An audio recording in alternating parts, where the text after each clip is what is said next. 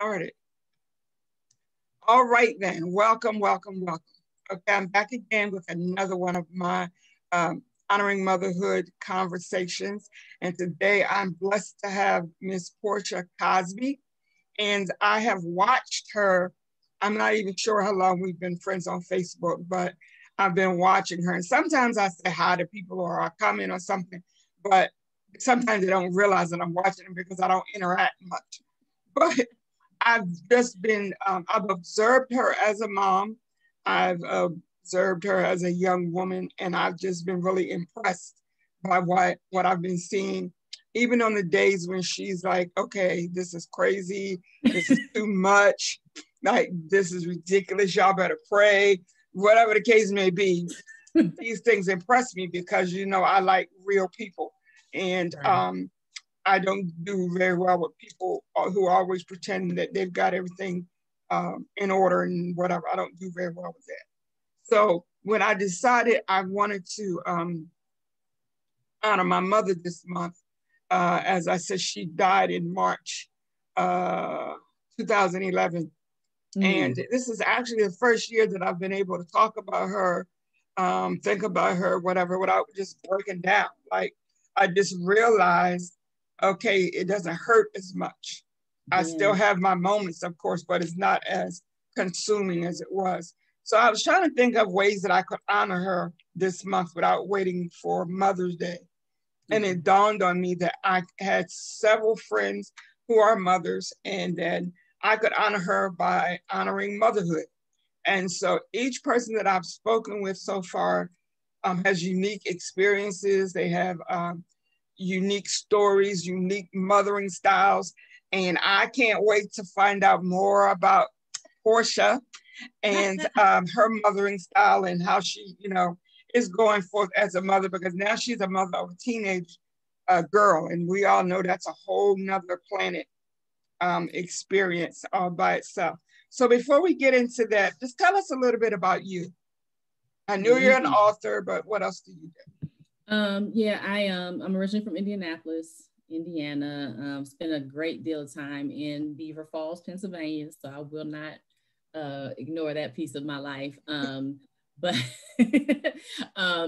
currently living in Atlanta, Georgia. I'm an author, but of course, you know, somebody's daughter. I'm Phyllis's daughter. I am an empath of sorts. Definitely a creative at heart, just in general. I like all things creative and different, so to speak. I am an account manager at one of the largest orthopedic practices in the country. And I want to say the largest in Georgia. So a lot of responsibility there. And I'm human. That's the biggest thing, right? I'm human. Absolutely. Okay, so you have a daughter, and what is her name and how old is she? So her name is Amari, Amari Desiree, and she is 16. Wow. She'll be 17 actually in May, and that's like messing me up because I don't know how we got here. I keep doing the math, and I'm like, okay, yeah. Exactly. Like, where did those years go?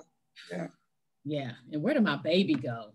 Yeah. You know? Like, who is this person? Who is this person? Yeah, this little person here. So I understand that there is a power struggle thing that goes on with mothers and daughters. Are you experiencing that now?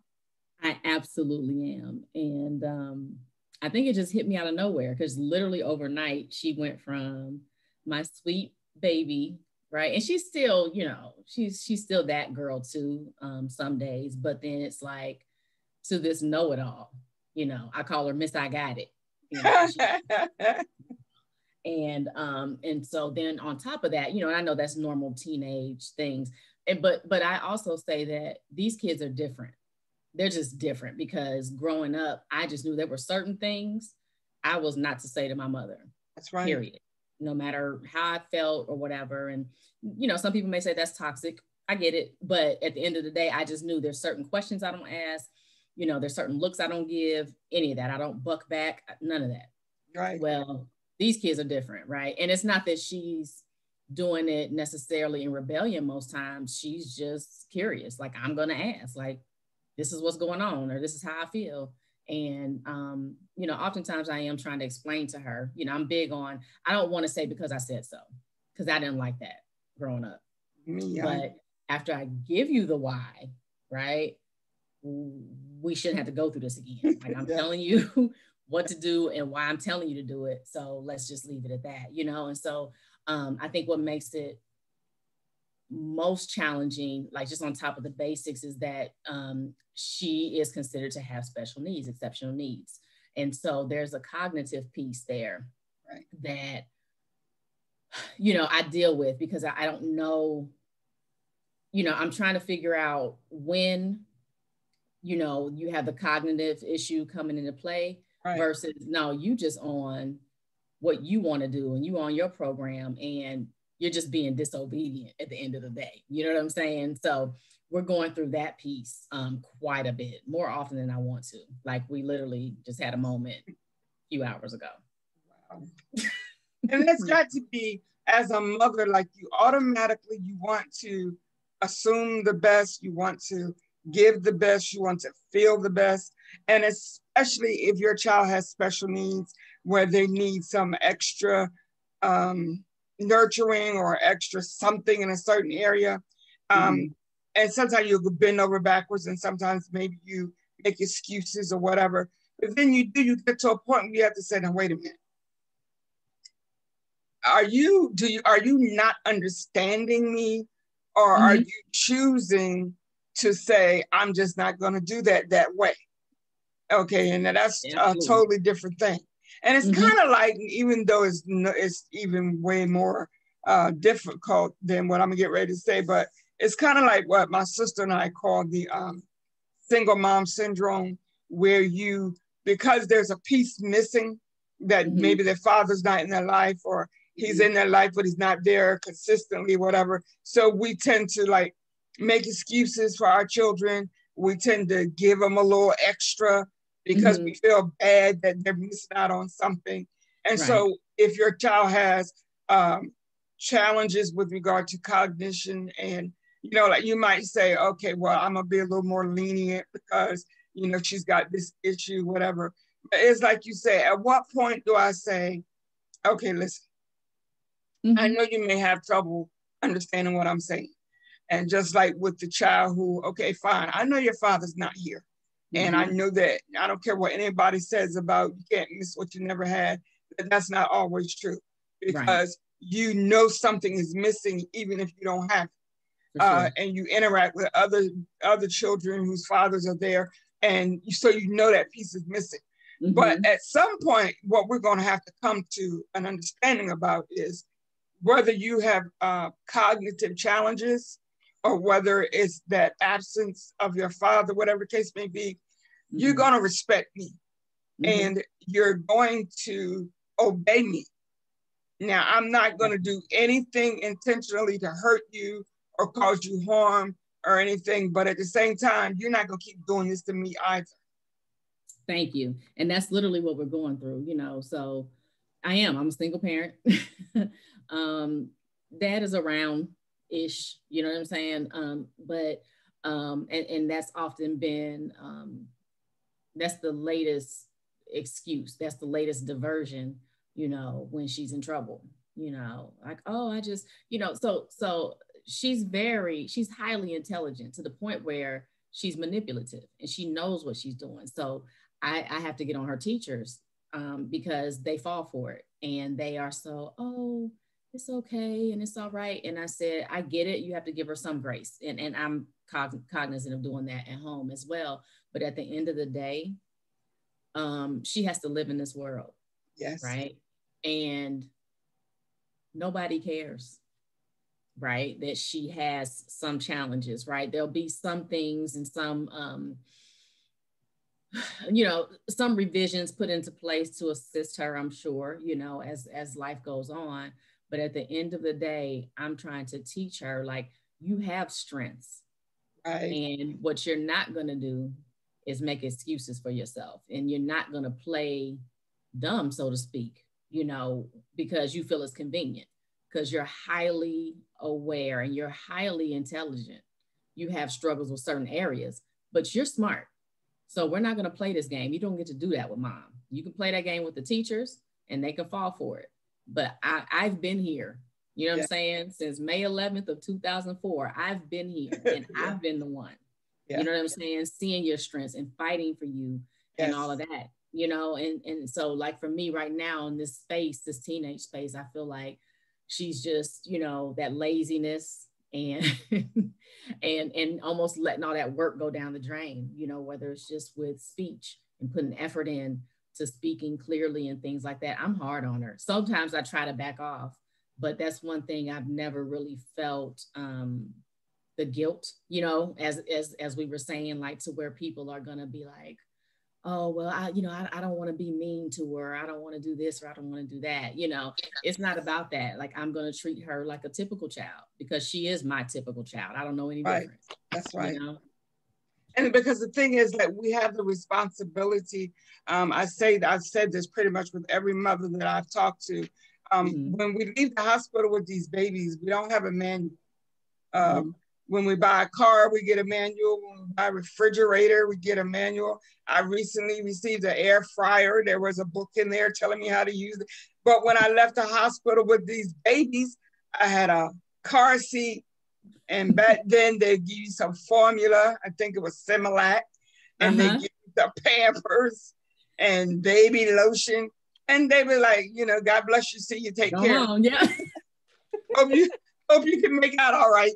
And so then you like, each day you got to learn, okay, what am I supposed to do? And even these so-called expert textbooks, yeah, it's cute. It sounds cute when you read it in the book, you know, but like, I got a real person here. Like I got a real little thing here that I have to mold and guide and nurture, whatever. And everything is not in the book.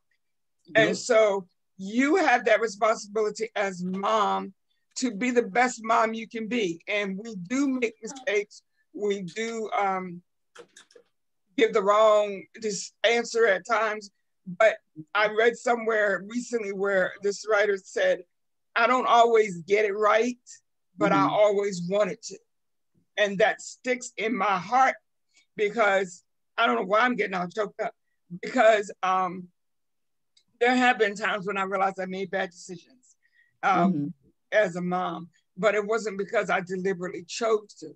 And I think regarding you with your daughter, like clearly anybody, and that's why I ended up asking you to be one of the mothers to participate in this, because anybody that sees you, they can listen to what you're saying, read your post and feel your spirit and know that you absolutely love her and that you would do anything to, you know, make her happy and to make sure she's healthy. But at the same time, that also comes along with sometimes we have to say things to them they don't want to hear.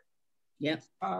Because we can't just cut them loose in the world and just with no guidance, no foundation, nothing. Just like get out of here and go out there and do whatever. You know, we can't do that. Yeah. And you know, the latest, I'll be completely transparent, and this happened last week. So this is 2 days before my birthday. So I'm trying to get, you know, like in the midst of a pandemic, you know, I'm like, you know, birthday, Smurf which is not me. I'm all about my birthday. But, you know, I was trying to ramp up to it. So last Tuesday, I'm on my way to a doctor's appointment. Before I go, I had her phone, you know, and so I just, you know, do periodic checks and was blindsided by a DM conversation on TikTok. And when I tell you blindsided. Now, it wasn't nothing X-rated, thank God, because I probably wouldn't have made it. I'd probably still be passed out somewhere. But just seeing how susceptible she is and how, which I knew, but to read, right, the responses to some of the text, the DMs and such, was scary.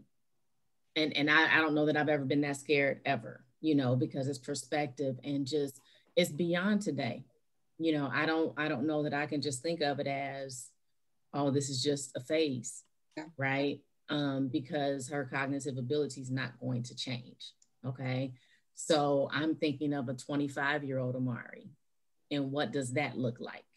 And can I trust that you're not going to let some stranger, just chat it up with you, and then eventually it goes down this road to where somebody's at my house, or just whatever. And so that really, it shook me to my core. And, I sat down and I really tried to have a calm conversation, once I got over the initial shock, and thought I got through. And then a couple of days later, there was this defense mode that came, where it was like, well, it was just my friend. What's his name?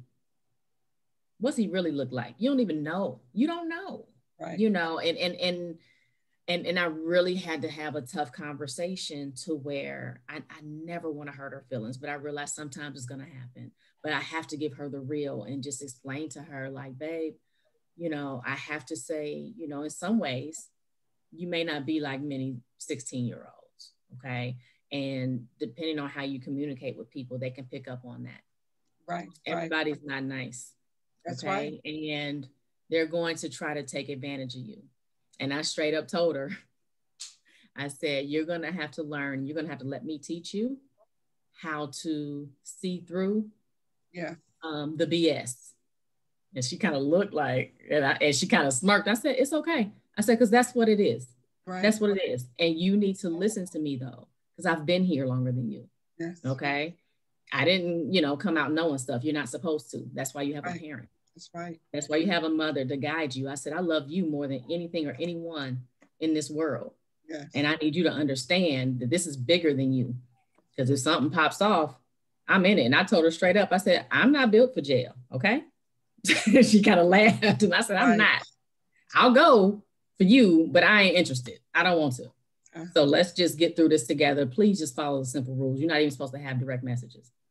I gave you the grace of getting on TikTok and you haven't done nothing crazy as far as like what you post, but now, you got messages, it's just simple. So it's interesting. Like you said, there's no manual.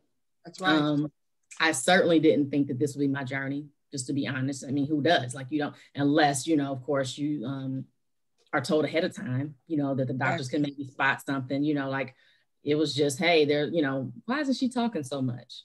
Like I'm seeing other friends, and their babies and they're babbling and stuff. And I'm like, And that's what started the journey, just figuring out, what it was. And overall, there's just a developmental delay. So, and this is exactly why I wanted to talk with you, because I know that there are mothers listening who are experiencing the same thing, and some don't have anybody to talk with.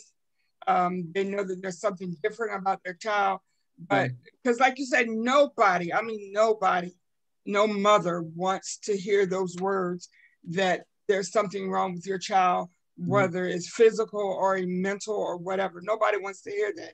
But the reality is that it happens. And so what I wanted to do today is to open up to mothers, because I've just spoken with someone recently who said that they took their child to the doctor, and the doctor said, I believe your child is autistic. So the person immediately, of course, the mother immediately just went, whatever, because all you know is what you see on TV or in movies or whatever, if you've never dealt with that. And so she, of course, got all, upset. So when the information came to me, my first comment was, number one, a primary doctor can't diagnose autism. Okay. Now, so let's calm down. Let's take some deep breaths, because even if they feel that they may see some signs of it, what they should have said was, I think maybe you might want to get your child tested. Because, and the reasonings why that they felt that the child may be autistic just didn't make any sense. Like the more I listened, the more upset I was getting, because you got these parents all in a tizzy for something that, like whatever. And then it took me back to when my son was 6. He started attending a private school in our area. I want to say maybe he was 3 or 4 years old when he started going to the daycare part. And then each year he just kept getting moved up, of course. So at age 6, he was in the 2nd grade. Now that might sound like, oh my God, he's really smart. Wow. But no, because what happened was at age 6, he's doing what 6-year-olds do. When he gets finished doing whatever he's supposed to be doing, he's getting up, walking around, right, playing with stuff, you know, talking to other kids, like 6-year-olds. Right. So I go to pick him up one day. Well, first of all, let me back up. A student who was in the class with him, her mother worked with me at the time. Now, it's also important for me to point out that he was the only Black child in the class, and maybe 4 or 5 Black students in the whole school. Okay, so the mother comes to me one day at work and she says, has your son said anything to you about the teacher calling him stupid? Excuse me? Right. What did you say? So she said that her daughter had come home and told her that the teacher keeps calling him stupid, and that some of the other kids have told him that they can't play with him anymore because the brown might get on them. All righty then, so. I call the teacher, I leave 3 messages. She don't ever call me back. Of course not. So I get with my dad because he was the one paying for the tuition.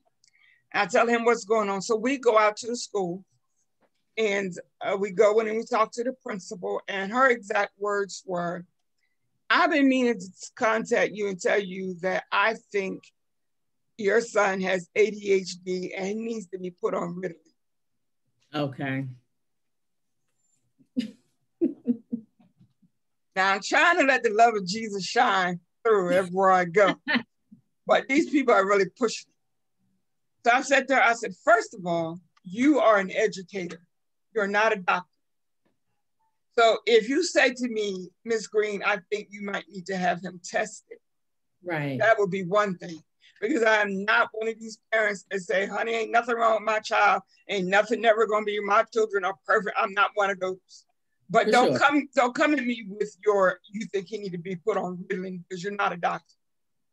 So I get up out of her office and I go straight into the classroom.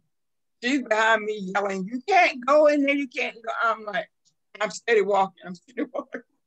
My dad is standing there just like looking like, I don't know what's going through his head, but at that moment, I didn't even care. So I go to the classroom. When I open the door, my son is sitting at a desk, like way over there in the corner, away from everybody else. So I said, so she looks up, I said, well, yeah, I'm sure you don't have to ask whose mother I am. But I've called you and left several messages, you haven't called me back. So her response to me was, well, I really don't have time to be dealing with him because I got other kids to deal with, and he must be acting up and I don't have time for it. So I said, let me take my glasses off. I said, for $125 a week. And this was, he is now 27, 28 years old. So that'll tell you how long ago that was. I said, for $125 a week, you better figure out a way to deal with it. I said, and supposedly you have a degree in childhood education. Like, don't you know how to use it? So anyway, I told him, I said, get your book bag, get your stuff, come on, we get ready to go. So she's basically telling me I can't just take him out of the room. She don't watch no movies or nothing like that. You don't confront a mother about her child when she's in that mode. Like the best thing for you to do is just shut up. Like seriously. So I get my child and I go back up to the front and I tell the principal where he won't be coming back. So like I said, I didn't want to be one of those mothers that say they just picking on him because he's Black. Ain't nothing wrong with my child, whatever. So I did take him to a child psychologist, which is what I told these other people are the only people that can make this diagnosis. Yeah. if there's something wrong with your child, not some old primary doctor that gives them shots and checks their ears for infection. So I had him tested and everything, and the doctor says to me, I don't see any markers for ADHD. I don't see, he said, what concerns me is that I have a 6-year-old who is the most depressed child I've ever talked with in my life. I was like, huh? He said the whole time I'm talking to him, he's saying, I'm stupid, I'm dumb, I'm ugly. And he said, have you noticed these things at home? And I said, well, I noticed he's more quiet and more withdrawn, because he's usually one of those kids you have to say, I'll give you $1 if you be quiet for a minute. Okay. But now he's like, and my mother said she was riding in the car with him one day. He just blurted, Mom, I'm stupid. But at the time, we didn't know where he was. And I kept saying, who's telling you that? And he wouldn't say. But then I found out it was the teacher. So the doctor says, I wouldn't worry about the ADHD, but I am concerned about the comments that he makes about himself. So anyway, I pulled him out to school and I had him tested with the psychologist, and then I had him tested. I put him in public school, which, I got a lot of flack for that. But it turns out, number one, like the doctor said, at age 6, he's not mature enough to be in no 2nd grade class. True. And his birthday was in December. So that means he was even way less mature than the other kids. So you expect a 6-year-old to just sit for however long that, because she said he would do what she asked him to do, but then he just get up and start walking around and talking to other kids and all that. Well, that's what 6-year-olds do. Yeah. Like, then you learn that when you took childhood education. Yeah. So anyway, the bottom line is, when you hear that something's wrong with your child, you automatically get defensive and you automatically but at the same time, you want to know, because as mom, I need to know what's going on so I know how to deal with it. Yeah. And I respect you for doing that. And I know that there are mothers who are listening to us who probably have dealt with the same thing. And so the way that you're handling, I think, is commendable.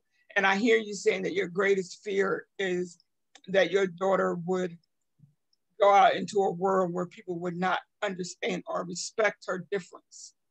So you're trying to prepare her for that. For sure. And there's only so much you can do. Even something as simple, the milestones that some parents look forward to doing, or even like dread going through, like teaching your child to drive. Physically, can she do it? Can she handle the mechanics? Absolutely. I have no doubt about that.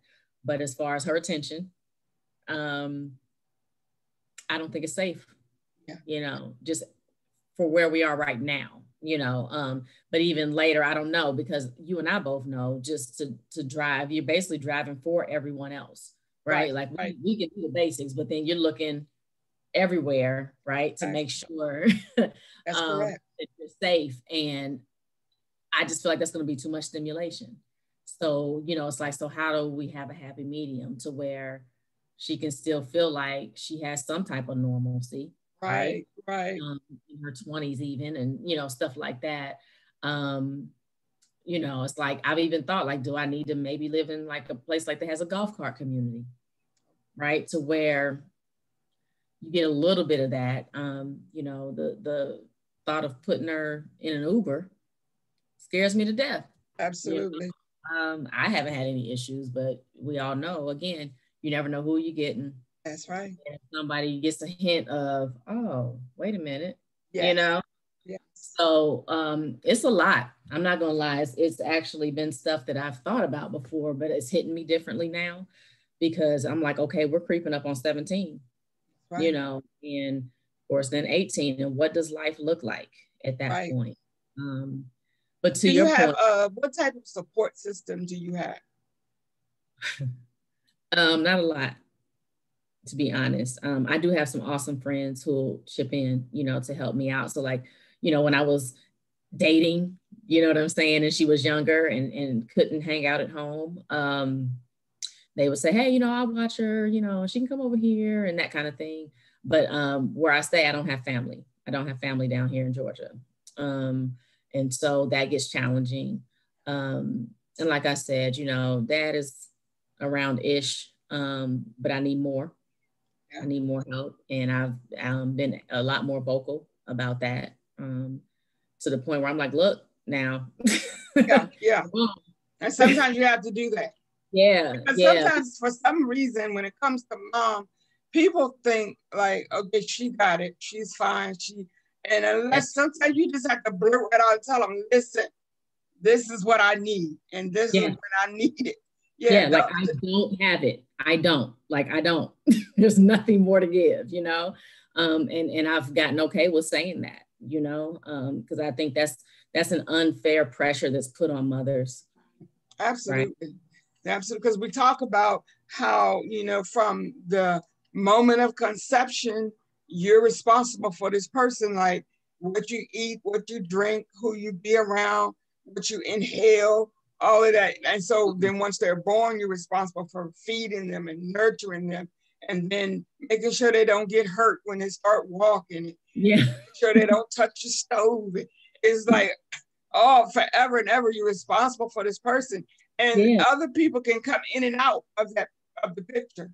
But mom is like, I'm here. And sometimes you're just like, oh my God, I need a break. I'm tired. Yeah. Like I just need, and there's nothing wrong with that. I was talking to a couple of mothers this month who were like, I feel guilty when I ask for a break, or I feel like I'm not doing what I'm supposed to do as a mom. And I said, that's because we've been programmed that way. Absolutely. We've been made to feel like we have to be all to our children and sacrifice everything, and, you know, make sure they eat even if we're hungry, and make sure, like, you know, don't ever tell them no. And, you know, and then you, like my sister and I used to call it the single parent syndrome, because you feel like, I feel bad because they don't have this other part of their life, so I got to do extra. And sometimes you go in a room and you cry, or you cry not because you're sad, because you're mad, because you're like tired of always having this give. But that's how we've been programmed. But we have to train them, raise them to understand that life is not going to always be fair, and life is not going to always be about you getting everything that you want. So I'm going to have to help you understand that you won't always get everything. Hello. And it's sometimes painful for us, you know, like sometimes we got to go in the room and like. Exactly. But, you know, like, I mean, and it's been little things for me. You know, I used to feel guilty because, you know, I went to, I don't know, some restaurant and got, you know, some nice meal, and then I didn't bring her back anything wrong. Yes. Let me or something. And you know what I'm saying? Where it's like, there's plenty of food here in the refrigerator. Yeah. I work every day. And if I want to go and get me something, that's okay. You know, it's just interesting. But yeah, like we put, the society puts a lot on us, for one. And then we carry the guilt of like decisions that we made that may not have been the best, like relationships that we got in. And we're like, why didn't I just keep walking when I saw him? Like, why did I even speak to him? Like, and, you know, so you carried that, you know, because I know with myself is like, I like made bad relationship choices. I moved around a lot trying to get away from people, and I'm dragging my son with me. So he wasn't able to get the roots that he should have, and build relationships, because as soon as he made a friend, here we go moving again. And I look back on that, and I finally came to a place where I had to apologize. Well, I felt like I had to apologize to both of my sons because I made bad choices. And then I'd had my own mental health issues with depression and anxiety that I didn't know what was going on at the time, but I know that my children were being affected by it. And it wasn't until I got diagnosed, and then later on, as I was able to talk about it, I would say, I didn't always do the best for you, but I did the best I could at that moment. Yes. And I think our children need to learn that mommy is human, and mommy makes mistakes, and mommy gets tired, and mommy has issues, whatever. But that doesn't mean that she doesn't love you. That doesn't mean that she's not mommy. And you can't take advantage of it. I've also talked with mothers who say their children take advantage of things like, if they say, you know, I was in a bad relationship and I'm sorry about it, and they'll be like, when they want to do something they want to do and you don't want them to do it, they'll be like, well, I didn't ask to come here, and I didn't ask you to come here either. Like, seriously. So don't even try it. Right. So let's just both agree that we didn't ask for you to be here, because like one of my mothers said, with all the sperm that like and all the eggs, you the one that decided to be all in bed and make that connection. So now I got to deal with it. And I thought that was so funny. She said, because her son was forever saying, I mean, she said from like middle school all the way up, he kept saying, I didn't ask to be here. I said, my son said that in middle school, he might not even be able to still talk by the time he got to high school. But she was like, every time I would tell him something, he was like, I didn't ask to be here. She said, and then I would feel bad because he's right. So I would give him what he wants. So then I told her, I said, girl, you didn't ask for him to be here either. Like, and she's like, huh? So I had to explain the whole biology thing to her.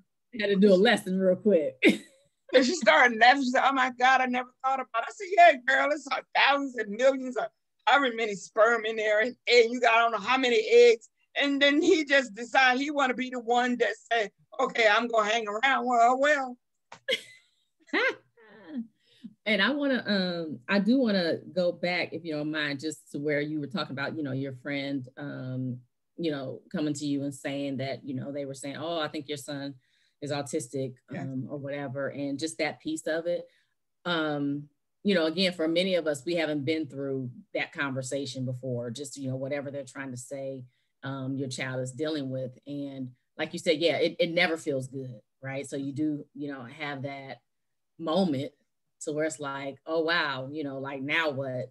And for me, we went through all the therapies. I think the biggest thing to tell people, because I know in our community, and probably, outside the African-American community too, stuff gets pushed under the rug, or people like to be in denial of certain things. And so there's nothing wrong with getting the early interventions. It's key, actually.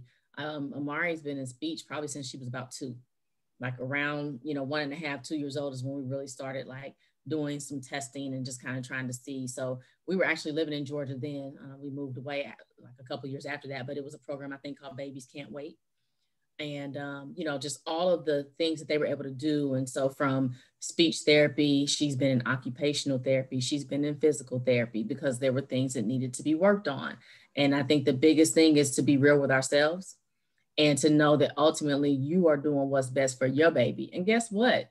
If it turns out, okay, no, they were just a little delayed and there's nothing else going on, nothing wrong with that. They still had some people that came to your house. So there's no excuse. They came to your house, work with your baby and help them. You know what I'm saying? It's, it's a help. I think what threw me off though was so I moved back home to Beaver Falls for a while. So I think Mari was about 3. And so the early intervention preschools and such, they were fine. Those were cool. But then we got to a point where when we got to kindergarten, where I had interesting experiences there.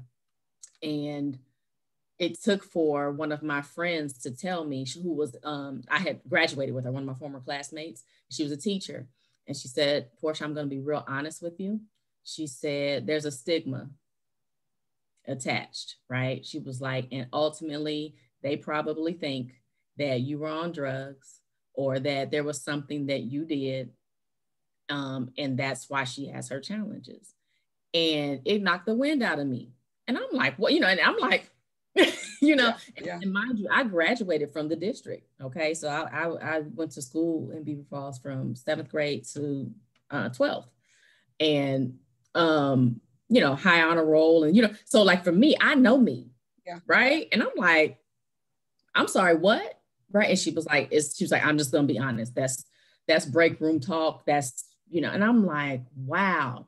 So I get to a point where, right after the first week of kindergarten, they were trying to tell me that she belonged in what they call life skills. So not in class with a paraprofessional or anything like that. they just figured, yeah, she's kind of struggling. So I think we need to just move her on into life skills. I said, it's been 1 week. Yeah. What do you mean? You know, and they're like, oh, well, you know, and I said, no, I think we need to give it some more time. This is kindergarten. This is kindergarten. I said, here's what I want to do. I want her to finish kindergarten. And if things don't work out well, then we'll talk then. I said, but maybe she might even just need to repeat. I said, but, you know, so then we got through kindergarten and they were like, oh, does she repeat kindergarten? Does she move forward? And, you know, I made the decision, go to first, you know, because what they were saying wasn't really, you know, significant. And then I said, now at that point, when she's learning a little bit more, if we need to hold her back, then let's do it. And that's what we did for first. So she repeated first grade, and it was early enough to where, you know, she wouldn't feel some type of way necessarily for doing so. But I say that to say, parents, you got to fight. Mothers, Mama Bear has to come out, because these people will try to diminish your child's ability. So it's one thing, of course, not to be in denial. Like, I know her strengths and her weaknesses. I get it. But, you know, they will try to just push your child to the back and just let them be, or either just move them through the system. And they don't know what's going on, but they just pushing them on through. And there was one moment that was key. We were sitting, this is when they were telling me, you know, to move the process along, go ahead and contact the school psychologist, right? Now, she had been tested for other things before, but of course, you know, for that school system, it needed to happen. And so they were like, just write this letter, explain A, B, and C, what your concerns are, and ask that she gets tested. I'm like, fine, no problem. So we move on to some other stuff. So at the end of the meeting, they say, okay, so just let us know if you need any help with the letter. And it was very condescending, so to speak. I just felt like it was, I don't know. Because they kept talking about it. And I was like, oh, I think I'm fine. And so the last time she said something, I said, well, okay, wait, am I missing something? Like, you told me to do A, B, and C. I got it. Is there anything else I'm missing? Because you keep asking me if I want your help. And they were like, oh, no, we just, you know, making sure. Like I'm not capable to process what you're saying. Stigma, right? So, and I almost said, do you know, I've written, I think it was 3 books at that point, right? But I was like, I'm not going to do that. That's not even necessary. I just was like, I got it, right? So look at God, though. Here's what happened. So I say about a month or 2 later, I'm at the mall doing a book signing. And I'm sitting outside of the store, you know, and guess who comes trotting down with her daughter? The principal, who was asking me if I needed all of this help. Mm-hmm. It was poetic justice. It was amazing. That's right. Oh my gosh, and I didn't know, and da-da-da-da-da. And I just smiled and I said, yeah.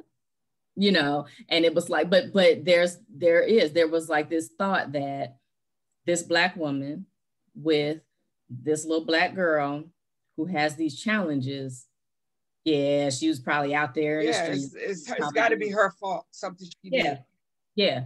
And of course, then later on, she found out a little bit more about me, that I was in this pageant that was very coveted in the area and stuff like that, you know, and stuff like that, where she was able to see, like, you can't be so closed-minded. You know what I'm saying? I'm stereotyping people. Absolutely. And so, you know, even just in doctor's offices, you know, because at one point she qualified to be on Medicaid because she's technically considered to be disabled. And at the time, my income was just low enough. Yeah. And just the way they would treat me at the doctor's office, I had to get a couple of people together. Yeah. And I'm like, I work in healthcare. Don't do that. Don't do that. You don't have to sit here and try to explain and talk slow to me and do all of this. You know? Right. So when they were talking about things, I'm like, yeah, because her eye, you know, like, you know, there's like some lateral movement and there's this and that. And I throw out the terms on purpose. That's right. Don't do that. You know, I love it. Yeah. You know, so parents got to speak up, because they will make you feel like, oh yeah, we're just going to take the reins and blah, blah, blah. And if you don't agree, you have to speak up.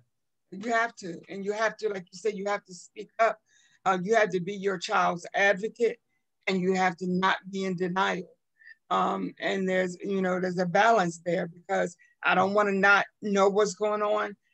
So I have to be learned. I have to get informed. I have to know the terminologies, what they mean. What are you saying when you talk specifically about my child? I need to know exactly what you're talking about. I don't want to keep hearing about everybody in the whole world. I need to know exactly, how does this relate to my child, and what do we need to do? Mm-hmm. And I need to be a part of the process. I like when you said that, because sometimes like they just want to go ahead and do things, and then they'll come back and tell you, this is what we did, or this is what we're going to do. Like, no, that's not what we're going to do. Like, no, we're not doing that. No, attend every meeting, you know, of course, you know, in the school system, I have to attend yearly an IEP meeting, you know, about her, you know, individualized program, you know, and it's never easy, you know, every year I feel like I'm gearing up for a fight, you know, or every year it's never easy to sit there. And even though you know the challenges, it's not easy to sit there and hear what's wrong with your child. It's not. It's never, it never gets easier as the years go on. But, you know, you're in there to fight, to make sure, well, you know, she needs to be in this elective. She needs to be in that one. Like they took her electives away for high school, where they tried. Oh yeah, no, everything is here in the class. I said, I'm sorry, so she's never leaving this classroom. Oh no, that's not gonna work. Yeah. That's not gonna work. And they're like, oh, I'm like, yeah, so what are we gonna do? That's right. That's like, right. How was she in orchestra all middle school? Yeah. Oh, she was? Absolutely. Oh, we have this special program. No, she was in a regular orchestra. So anyway, she played violin. I don't want to know more, but about this graphic design class, I think that would be good for her. You know, she likes stuff like that. I think we need to start focusing on what can she be in, so that she understands, hey, I can, if she's good at graphic design, she can make money. Like, let's think about this young lady who has to get in this world. That's right. I get it. For you, after graduation, you done with her. Yeah. I'm not. And we're not going to just spend every day, all day focusing on her weaknesses and her shortcomings. We're going to amplify her strengths.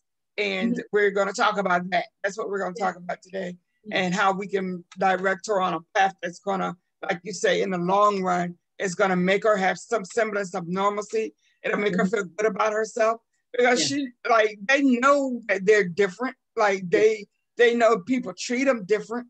And so we have to remind them that, yeah, you might be different, but that doesn't mean anything's wrong with you. Like, you know, so yeah, I love that. So what would you say at this point in your life is your greatest accomplishment as a mother? Wow. Greatest accomplishment as a mother. I think overall, just raising a young lady who overall, you know, she's doing well. She's happy. And she's healthy. You know, we made it. Like awesome. You said, there is no instruction manual, and especially with all the things that we've been through, and doctor's appointments and procedures and just whatever, the fact that you know, her speech is what it is, and you know, just because we've worked at it, and you know what I'm saying, just I don't know. Now if I go a little superficial, my greatest accomplishment is, you know, helping her meet Justin Bieber a few years back. And I've read multiple posts about how much she loves Justin Bieber, and I just get a charge out of it every time, because I think it's important for her to feel some semblance of what other teenagers feel. Like, they have idols, they have, you know, whatever. And I love that. And I love when you post about her and Justin, and the fact that she got to meet him. She'll never forget that. She'll never forget that. And that's big for me. Like I'm just big on giving her experiences. I think that's important, instead of things, you know, because things are going to end up getting thrown away, or you sell them on Poshmark, or, you know, whatever. But you know, but to give her those experiences, even if we lost the picture, she won't forget that. That's right. You know? That's awesome. All right, I'm going to get ready to let you go, but I have one more question for you that I'd like for you to, I asked each one of my moms to share with me before they leave. For all the mothers who are listening and who will listen once this recording is over, what is one piece of advice that you would give to any mother that's listening? One piece of advice. I would say it is okay to be tired. It's okay to have had enough for the day or the week or whatever. I really have battled with that, and I'm getting better now, and I'm becoming more vocal. And I think that is something that most mothers need to know. Is you're not a weirdo, you know, especially when you're doing it alone. But even if you're not, you know, again, you can have dad right there in the house, but oftentimes a lot of things fall on mom, right? So we just have to speak up though. If we do have people to speak up to, and just say, hey, I need a minute, or I need help. It's okay to get help. And a lot of times we don't. We just take it on and we just keep it moving. And ultimately it just hurts us, and sometimes can hurt our kids, because then the frustration builds up. And that is so true. It's okay for you to need a break. It's okay for you to say, you know, I'm tired, I'm frustrated, I'm whatever the case may be. And I'm going to say this in closing. One of the reasons why I started a Mother's Cry organization so many years ago was because I noticed that there were, both of my sons played sports, organized sports. And at mostly every game, every tournament, everything, it was mostly mothers. There would be maybe a handful of fathers, but it would be mostly mothers. But then I noticed also that like some of these little boys would come to my house.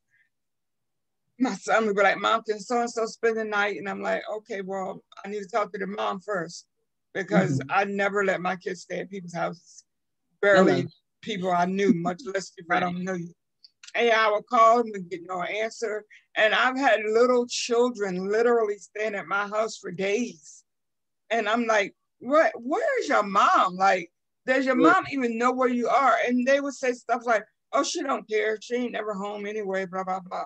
And that just like broke my heart. So I was saying to myself that I want to do something to help these women become better persons. And then that will help them become better mothers. Because there's more to motherhood than providing a roof over her head and some hot pockets in the refrigerator.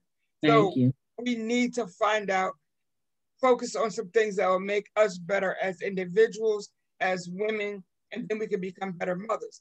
And so that's why I started this organization in the first place. But then, like with so many other things, life happens. And the things kind of got put on the back burner. I've had 4 spinal surgeries. I've had 2 strokes. I lost both of my parents within 3 months of each other. Just all kinds of things started happening. So I just really just kind of just to forget it, just step back from it. But this last year or so, I've realized it's my dream, it's my baby, and I want to get back to doing it. And so I appreciate you agreeing to be a part of this, because when I asked you, you didn't hesitate. You didn't say, let me think about it. Let me talk to somebody. You just said, sure, I'll be glad to. Let's, work on a date or whatever. And I genuinely appreciate that. And I appreciate your transparency today, sharing your story. And I know you have blessed somebody today. And I thank you so much. Thank you for having me. I'm very flattered. The pleasure was all mine. Thank you. All right, we'll talk again soon. Okay, lady. Take care of yourself. You too. Thank you. Okay. Bye-bye. Bye.